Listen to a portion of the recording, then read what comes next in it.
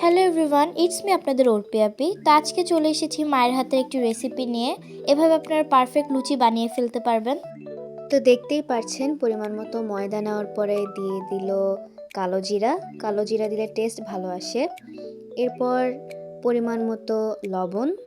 লুচি যেহেতু তেল তো দিতেই হবে, সো তেল দেওয়ার পরে একটু ভালো মতো মথে নিয়ে এর মধ্যে দিয়ে দিবে গরম জল। গরম জল দিলে লুচি নাকি ফোলে ভালো, সো যার জন্য আপনারা চেষ্টা করবেন গরম জল দিয়ে করার। এভাবে আস্তে আস্তে জল দিতে দিতে মথে নিতে হবে যাতে ময়দাটা ভালো মতো খামির হয়।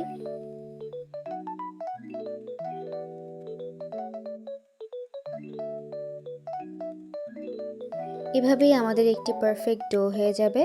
অ্যান্ড এই ডোটা আমরা কিছুক্ষণের জন্য রেখে দিব, একটু মথে নিয়ে রেখে দিব। অ্যান্ড এটা ঢেকে রাখবো, যখন বানাবো আমরা আবার বের করে। সো 30 মিনিট মতো রেখে এরপরে আমরা একটু একটু করে নিয়ে লুচি বানিয়ে ফেলবো। আর লুচি আমরা একটু ছোট ছোট করে খাই, একদম বড় লুচি আমাদের অত একটা পছন্দ না। সো এভাবে সুন্দর গোল গোল করে বানিয়ে নিব।